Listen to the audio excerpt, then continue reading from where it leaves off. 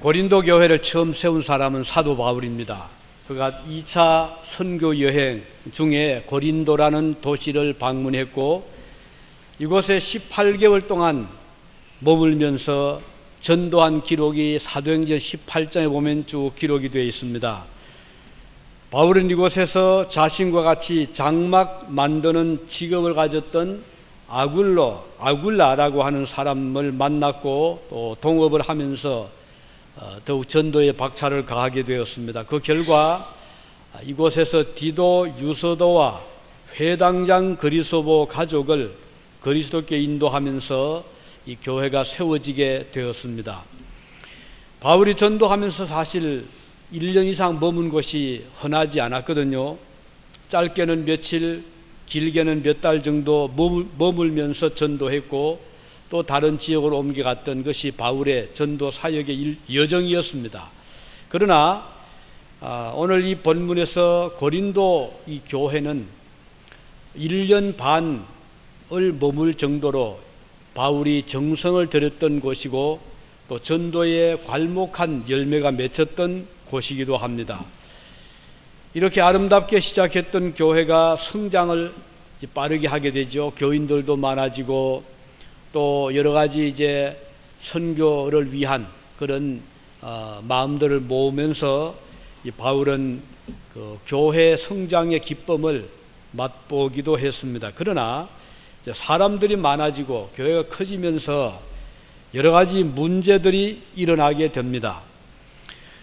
바울이 1년 6개월 후에 이제 떠났잖아요. 그 뒤를 이어서 그를 이제 후임자로 알렉산드리아 출신 아볼로라는 사람이 이 교회를 또 담임을 하게 됩니다. 그는 말을 잘했고 또 성경도 많이 알았던 해박한 사람이었습니다. 웅변과 학식으로 고린도 교회는 더욱 힘을 얻게 되고 또 신앙의 성장을 크게 할 수가 있었습니다. 그래서 이 바울 사도는 안심을 할 만했음에도 불구하고 얼마 못 가서 이 교회에 여러 가지 문제들이 일어나면서 바울은 걱정을 크게 하게 됩니다.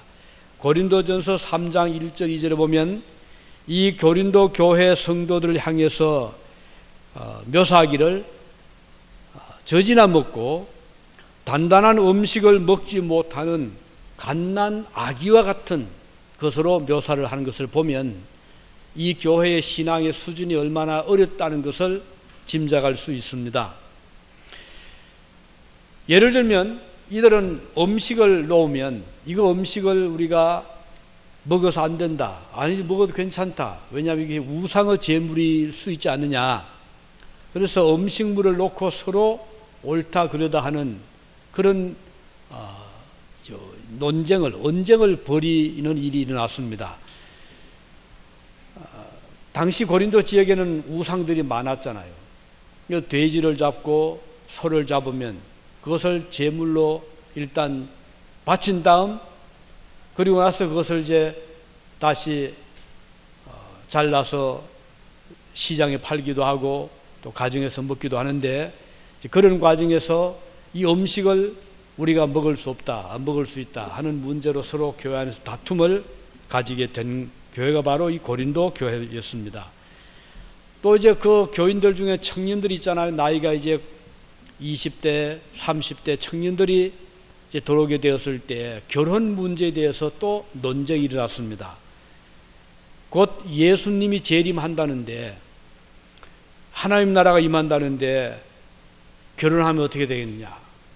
그래서 결혼을 하지 말아라 하는 또 주장하는 자들이 또 일각에서 일어나게 된 것입니다. 또 이쪽에서는 결혼을 해야 된다. 그래서 이 결혼 문제를 두고 서로 왈가왈부하는 그 일이 또 벌어졌었죠. 또 그뿐 아니라 바울에게 은혜를 받은 성도가 있었고 아굴라에게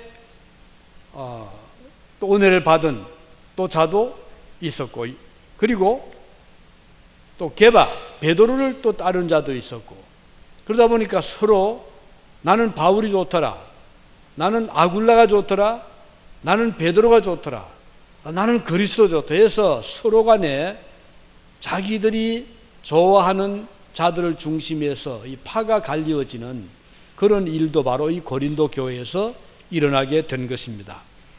그래서 나는 바울파요, 나는 아굴로파, 나는 게바파다, 나는 그리스도파다, 이렇게 서로 파를 나누고 싸우다가 심지어는 세상 법정에까지 비하가 되고 법에다가 호소하는 그런 일까지 일어난 곳이 바로 이 고린도 교회였습니다. 주님의 같은 피를 받은 성도들끼리 이렇게 하나가 되지 못하고 갈라서서 서로 다투는 모습은 결코 바울을 기쁘게 하지를 못했습니다. 그래서 바울은 이들을 책망을 하면서 그리스도 안에서 우리가 다 하나이다, 다투서는 안 된다라고 그들을 책망한 일이 있었죠. 그리고 서로 사랑해라, 서로 멸시하고 미워하고 질투하지 말고 사랑은 오래 참고 온유하고 나보다 남을 낫게 여기는 것이고 사랑은 주는 것이다 하는 유명한 고린도전서 13장 사랑장이 여기에서 탄생이 된 것입니다. 아무리 믿음이 좋다 하더라도 사랑이 없으면 하늘을 찌르는 그런 믿음이라 하더라도 울리는 괭가리와 같은 것에 불과하다고 했습니다. 그래서 우리 성도는 항상 믿음, 소망, 사랑을 가져야 되는데 그 중에서도 제일은 사랑이다.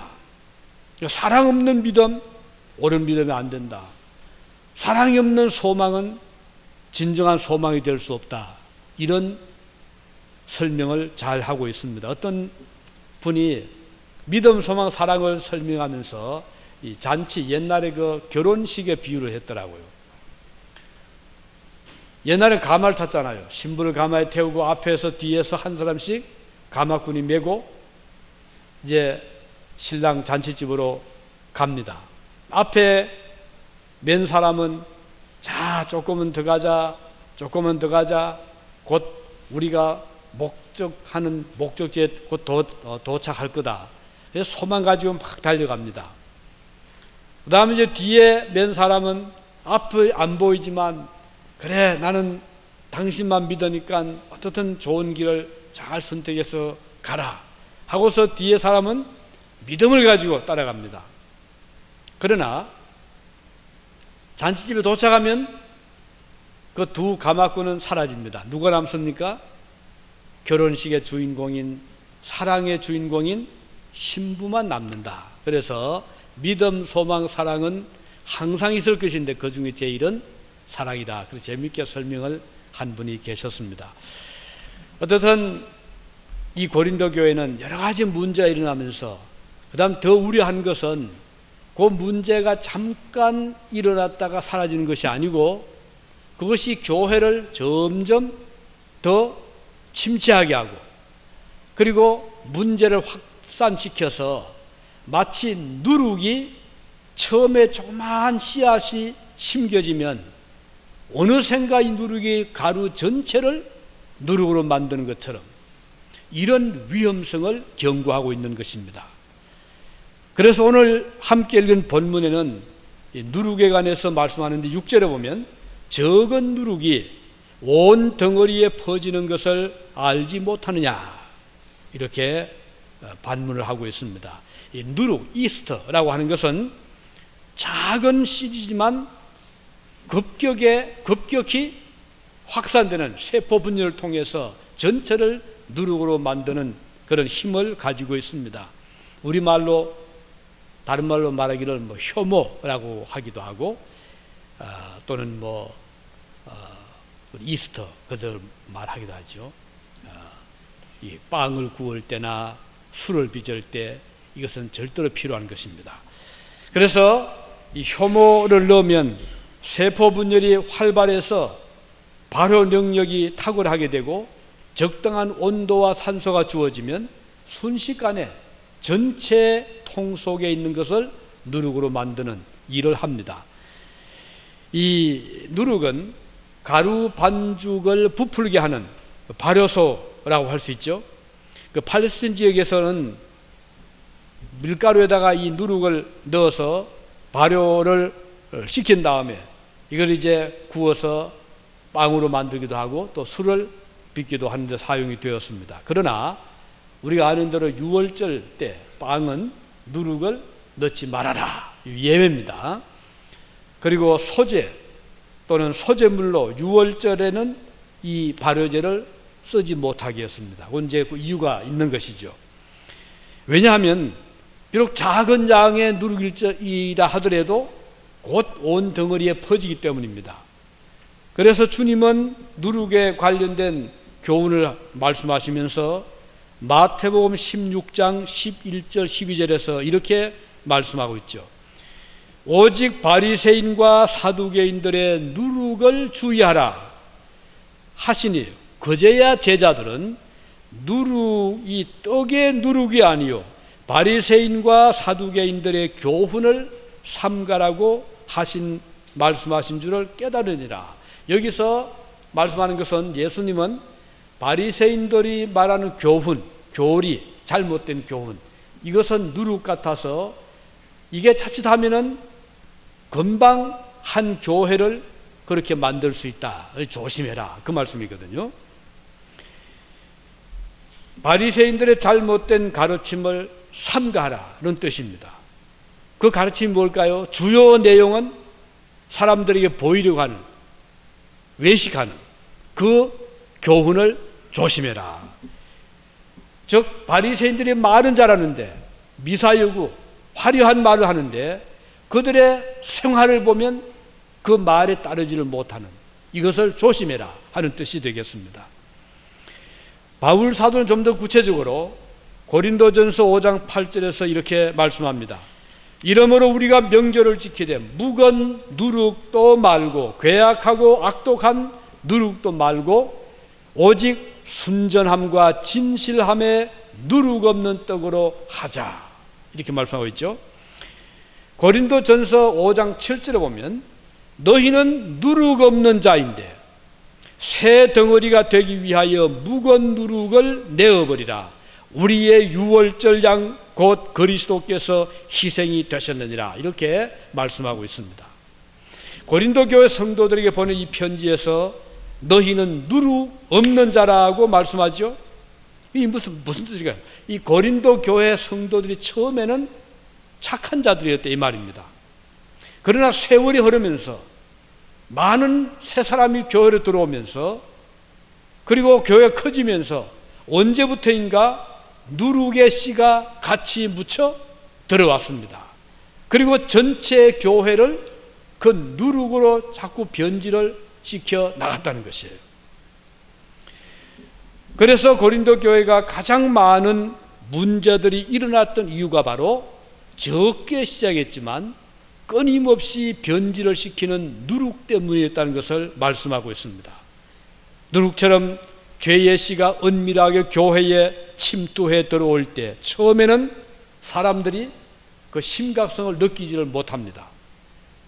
왜 누룩을 삼가려고 했나요? 그 이유는 작은 것이지만 온 덩어리를 누룩으로 변질시키기 때문입니다. 저러다가 사라지겠지 이렇게 생각할 수 있잖아요. 설마 든든한 우리 교회를 작은 누룩이 해칠 수 있겠느냐, 방심할 수도 있습니다. 그렇지만 주님은 누룩을 삼가하고 조심해라 이렇게 가르치고 있거든요. 왜냐하면 그 전체를 누룩으로 변질시키는 것은 시간 문제이기 때문입니다. 요즘 한국에는 이 자살 바이러스라는 말이 가끔 이렇게 들리잖아요. 사람들이 너무 힘드니까 어려워서 못 살겠다. 학생들은 공부하기 힘들어서 또 성적이 안 좋아서 좋은 대학에 못 들어가서 사업이 잘 안 돼서 친구와 정이 떨어져서 또는 뭐 서로 헤어져서 이런저런 이유로 마지막 자기를 맡기는 것이 죽음이라는 그런 잘못된 생각이 한 사람 생각이 아닙니다. 이게 마치 누룩처럼 번져나가는 거예요. 어제도 어떤 사람이 가족에 문자 메시지 보내면서 나 죽으러 간다 하고는 사라져 버렸어요. 그래서 이제 강으로 뛰어들게 되는데 이걸 본 해경 경찰관이 건지겠다고 물에 뛰어들어갔어요. 밤은 어둡고 7월 같은 밤인데 어떤 구할 길이 없었어요. 이튿날 날이 밝고 30km 떨어진 하구 쪽에 자살자는 시신으로 발견이 되고 그 경찰관은 실종이 되어버린 그런 사건이 어제도 또 일어났더라고요. 이것은 우리 오늘 현실에 우리 조국이 아주 어려운 모습들입니다. 그러니까 뭐 유명 내가 따르는 뭐 연예인이 자살했다, 나도 죽어야 되겠다, 이거 바이러스처럼 누룩처럼 쉽게 번져가는 모습을 볼 수 있죠. 덩달아 너도 나도 자살의 대열에 끼어든다는 이런 슬픈 현실을 우리가 보고 있습니다. 얼마나 황당한 일입니까? 마찬가지로 교회 안에도 누룩과 같이 자칫 잘못하면 잘못된 사상, 잘못된 교훈이, 바리새인 같은 그런 교훈들이 교회를 침투해서 건전한 신앙생활을 하는 자들을 무너뜨리고 주저앉게 하고 망가지게 하는 경우들이 교회 안에도 수없이 끊임없이 일어나는데, 사탄의 공격의 최종 목표가 하나님 백성들이고 하나님 백성들이 모인 곳이 교회이잖아요. 그래서 교회 안에는 끊임없이 이런 어려움이 일어나고 있는 것입니다. 누룩이 어느 한 부분에 침투하게 되면 처음에는 누룩인 줄 전혀 눈치를 못 챕니다. 그러나 조용히 한 사람 한 사람 마음속에 파고 들어가게 됩니다. 그래서 동조자들이 생기게 되고 어느새 내 자신도 모르는 사이에 나도 누룩으로 변질이 되는 것을 보게 됩니다. 그리고는 나만 누룩이 된 것이 아니고 또 내 친한 친구, 내 친한 가족, 내 친한 사람에게 그것을 또 퍼뜨리게 되는 것입니다. 인천에 한 큰 교회당이 있습니다. 제가 인천에 사역할 때도 이미 있었던 교회고, 그때 벌써 몇천 명만 모이고 훌륭한 목사님이 목회를 잘 하시고 또 메시지가 좋다 해서 많은 교인들이 그리 막 몰렸던 때였습니다. 그런데 그 교회를 그 인천을 떠난 다음에 소식 들어보니 교회가 계속 성장을 해서 지금은 몇천 명 정도 아니라 몇만 명 이상으로 큰 교회로 지금 성장을 했는데, 최근에 신천지라고 하는 이단이 거기에 침투를 했습니다. 들어보셨죠?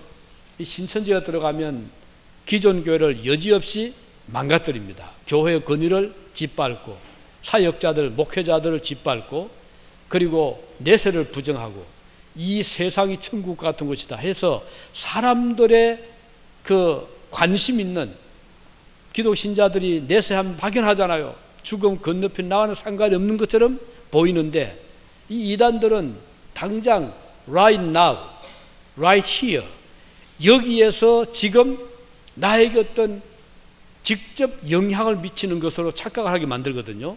그래서 자, 우리를 따르면은 병도 쉽게 고친다, 또 재산도 늘어난다, 지상의 복을 받는다, 죽고 나서 복이 아니라 우리는 오늘 당장 여기에서 복을 받는다는 것을 선전하기 때문에 많은 사람들이 거기에 자기도 모르게 관심을 가지게 되는, 그래서 이 신천지가 그 교인들을 서서히 파고들어요. 이걸 아무도 몰랐어요. 나중에는요, 주요 당회원까지 거기에 감염이 되었습니다. 당회원의 자녀들이 감염이 되어 버렸어요. 결국은 교회가 큰 혼란이 오게 되고 분열이 되는 이런 사건이 최근에 일어났습니다. 자, 여기서 볼 수 있는 것은, 이렇게 그 누룩이란 것은 정말 우리가 모르는 사이에, 우리가 잠든 사이에, 우리 관심을 두지 않는 사이에 서서히 침투해서 마치 가는 비에 옷 젖는다는 말처럼 잘못된 사상, 가르침, 훈계, 교훈은 이렇게 건전한 신앙을 쉽게 무너뜨려서 아주 힘없이 주저앉게 만드는 것을 볼 수가 있는데, 이 두려움이 없어요. 뭐 일반 신자뿐 아니라 지금은 뭐 목회자에게 대놓고 자기는 신천지라고 알리면서까지 지금은 설치고 있습니다.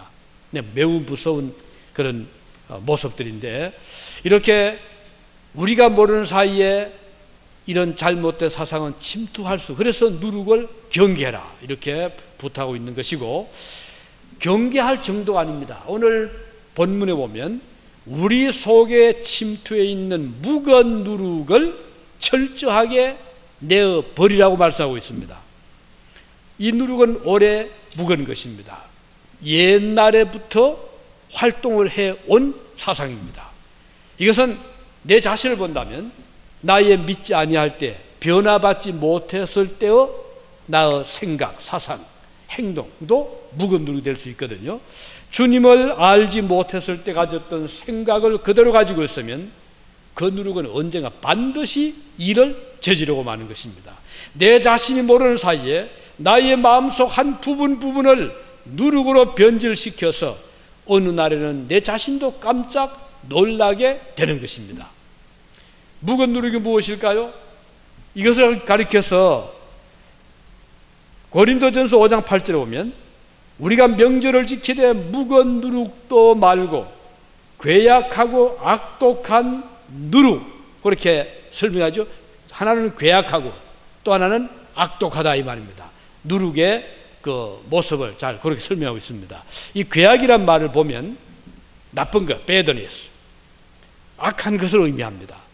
결점이 있는 것, 쓸모가 없고 나쁜 것이고 사악한 것이고 악한 것이고 불행을 초래하는 것이고 마지막에 파멸을 가져다 주는 것이 이 괴악, 이걸 그 헬라어로 카키아라는 괴악으로 표현되고 있습니다. 사도행전 8장 22절의 그 카키아를 보면 죄라는 표현이 됩니다. 거기 그러므로 너의 이 악함을 회개하고, 악함이 바로 괴악입니다. 악함을 회개하고 주님께 기도해라. 혹 마음에 품은 것을 사하여 주시리라. 이렇게 말씀하고 있습니다. 바울은 이 괴악, 카키아를 죄의 벌로서 교제를 파괴하는 재앙이란 뜻으로 사용을 하고 있습니다. 곧 고린도 여기 조금 디도서 3장 3절에 보면 여기 카키아를요, 모든 불의, 추악, 탐욕, 악의가 가득한 자, 시기, 살인, 분쟁, 악독, 수근수근하는 자, 이렇게 로마서 1장 29절로 그렇게 표현하고 있고, 또 디도서에도 보면 어리석은 자, 순종치 아니하는 자, 속은 자, 각색 욕심과 행락에 종노릇한 자, 투기로 지낸 자, 가정스러운 자, 피차 미워하는 자, 이것을 묵은 누룩을 가진 자로 표현하고 있습니다. 이것들을 우리가 대수롭지 않게, 뭐 그것 좀 언젠가 없어지겠지, 뭐 지금은 좀 수양이 덜 되고 내가 믿음이 약해서 지금은 좀 자제를 못하지만 언젠가는 내가 자제할 수 있겠지, 언젠가는 내가 컨트롤할 수 있겠지, 이렇게 볼 수 있잖아. 하지만 불행스럽게도 그렇지 않습니다. 누룩이 적어 보이잖아요. 우리 마음속에 적은 씨앗, 죄의 씨앗이 있을 수 있거든요.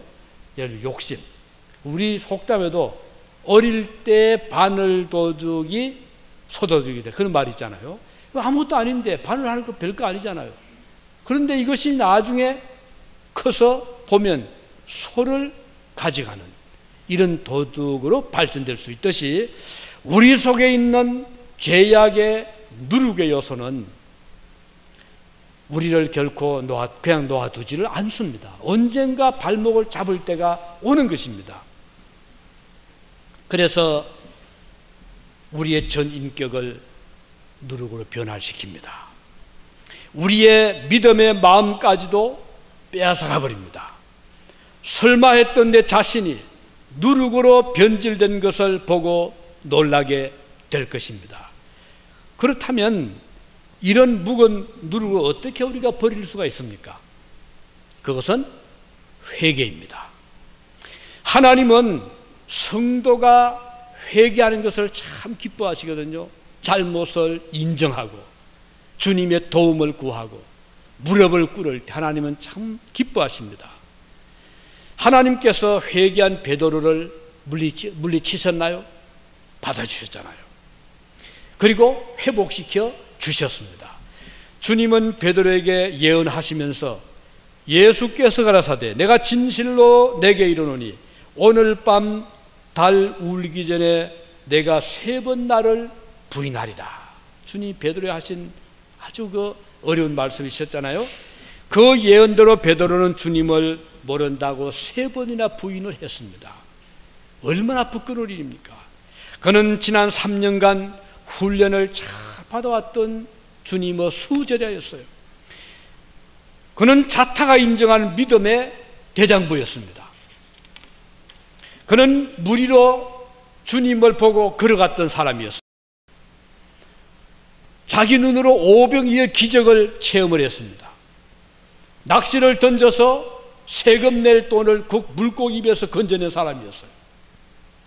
빈 그물로 밤새도록 고기를 낚다가 못 잡았지만 주님의 말씀을 듣고 그물을 던졌을 때 2번씩이나 그물 가득히 고기를 잡아 올렸던 믿음의 용사였습니다.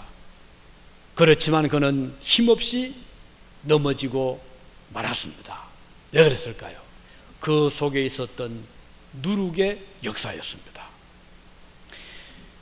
그의 마음속을 가득 채웠던 누룩이 그를 이렇게 무너지게 한 것입니다. 그러나 주님은 베드로에게 다시 예언하셨죠. 누가복음 22장 32절에 보면 내가 너를 위하여 내 믿음이 떨어지지 않기를 위하여 기도하였노니 너는 돌이킨 후에 내 형제를 굳게 하라. 얼마나 위로되는 말씀인지 모릅니다. 이 말씀에서 주목할 부분은 돌이킨 후에, after repentance, 회개한 후에 베드로로 하여금 자기도 바로 설 뿐 아니라 형제들을 세우도록 주님이 그를 붙잡아 주신 것입니다. 베드로는 달 울음소리를 듣자 자기가 주님을 모른다고 부인한 것이 그때 정신이 차려진 겁니다. 그래서 그는 큰 죄를 지은 것을 깨달았습니다. 그는 가슴을 치며 회개했습니다. 그 회개의 과정을 겪은 후에 그는 다시 주님께 돌아왔죠. 그리고는 묵은 누룩을 그때부터 부지런히 내어버립니다. 교만도 내어버리고 자기를 믿었던 자만심 내어버리고 그는 장담했잖아요. 주여, 다른 사람은 몰라도 버릴지라도 저는 절대로 버리지 않겠습니다. 장담했던 베드로, 자만했던 베드로가 이런 실패를 겪고 나서 얼마나 겸손해졌는지 모릅니다. 닭소리 들을 때마다 평생도록 그는 통곡하면서 하나님 앞에 기도를 했다고 하잖아요. 그리고 마지막 십자가에 못 박혀 순교 제물이 될 때 그는 감히 내가 어떻게 주님처럼 바로 서서 못 박히겠습니까? 저를 거꾸로 못 박아 주십시오 할 정도로 베드로는 겸손한 사람이 되은 것입니다. 여러분, 우리 마음속에 온갖 누룩이 가시지 않고 남아있을 수가 있습니다. 우리 이것을 과감하게 버려야 됩니다. 회개해야 됩니다. 그렇지 아니하면 언제 그 누룩이 내 발목을 꽉 잡아서 앞으로 나가지 못하게 할는지 모릅니다. 나의 전 인격을 악한 누룩으로 변질시킬 것입니다. 그러므로 미련 없이 누룩은 버려야 되는 것입니다. 오늘 본문에 보면 8절에 기록하기를 이러므로 우리가 명절을 지키되 묵은 누룩으로도 말고 악하고 악의에 찬 누룩으로도 말고 누룩이 없이 오직 순전함과 진실함의 떡으로 하자. 여기 보면 하나는 순전함, 하나는 진실함, 이 두 가지를 제시합니다. 우리 마음속에 묵은 누룩이 있으면 이것은 아직 옛사람을 버리지 못했다는 증거가 되겠습니다. 그 누룩은 악하고 악의에 찬 생각입니다. 나쁜 마음이죠. 배드니스. 이 마음을 가지고는 명절, 잔치, 유월절 잔치에 참여할 수가 없습니다. 이스라엘 백성들이 애굽에서 해방된 기쁨의 잔치가 유월절이었잖아요. 구원의 자유함을 얻은 그 잔치. 우리 성도의 잔치는 무엇입니까? 구원받은 십자가를 영접한 후에 오는 구원의 즐거운 잔치입니다. 여기에 누가 참여합니까? 묵은 누룩을 버린 자가 참여할 수가 있고 순전함과 진실함의 떡을 가진 자가 이 잔치에 참여할 수가 있는 것입니다. 성도가 묵은 누룩을 버리지 못하고 있다면 이 구원에 참여할 수가 없습니다. 내 속에 도사리고 있던 그 누룩이 나도 모르는 사이에 옛날에 나로 되돌려 놓기 때문입니다. 나를 악한 사람으로 다시 돌이킵니다. 악의에 가득 찬 사람으로 타락시키는 힘을 이 누룩은 가지고 있습니다. 우리가 누가 장담할 수 있겠습니까? 나는 그렇지 않다고 누가 그런 말을 할 수가 있겠습니까? 내가 알지 못하는 시간 속에서 누룩은 끊임없이 우리를 변질시키고 있기 때문입니다. 본문의 이 악독이라는 단어를 조금 더 살펴보면요, 이 악독, 이 포넬이라는 이 단어는요, 역시 wickedness, 아주 사악한 것, evil, 악한 것, 그런 뜻이거든요. 그래서 이걸 이제 조금 더 이 단어를 풀이해 보면요, 어떤 불완전한 것, 질병, 부족한 것, 또는 도덕적으로 비행, 부정, 죄악, 이런 것을 포함하는 단어입니다. 전부 다 네거티브하잖아요. 이게 바로 악한 묵은 누룩이라는 뜻입니다. 이런 생각들을 가지고 있어서 좋을 게 아무것도 없어요. 이와 같은 묵은 누룩을 버리지 아니하면 우리가 평생을 주님을 따른다고 하더라도 다시 옛날로 돌아갈 수 있는 위험성이 항상 도사리고 있는 것입니다. 이것이 바로 누룩의 끈질긴 힘입니다. 이게 순전합이라는 단어는요, 이것은 순수 또는 순결을 의미하는 단어입니다. 이것은 회개한 자의 마음의 상태입니다. 마치 어린아이, 그 순수함의 집결체 같은 어린 아기와 같은 모습, 이것이 바로 순전함입니다. 갈라디아서 4장 16절에 보면 내가 너에게 참된 말을 함으로, 바울이 한 말인데 그게 참된 말, 이게 바로 순전함과 진실된 그런 뜻이거든요. 이 참된 말은 진리를 전한다는 뜻입니다. 복음을 전한다는 뜻입니다. 이것과 일치해서 이 말은 진리를 의미하는 말이거든요. 그리고 또 에베소서 4장 15절에 보면 오직 사랑 안에서 참된 것을 하여, 여기도 참된 것을 하여, 결과 보면 범사에 그에게까지 자랄지라. 우리가 사랑 안에서 참된 말을 하고 참된 것을 하면 그리스도의 분량까지 자라간다. 얼마나 이 아름다운, 얼마나 훌륭한 약속입니까? 우리가 감히 어떻게 그리스도를 닮아갑니까? 그 길이 있습니다. 사랑 안에서 참된 말을 하면 그리스도를 닮아간다, 그 뜻입니다. 이런 기절들을 종합해 보면 우리가 참된 말을 하고 참된 삶을 살아가는 이 두 가지는 같이 간다는 말입니다.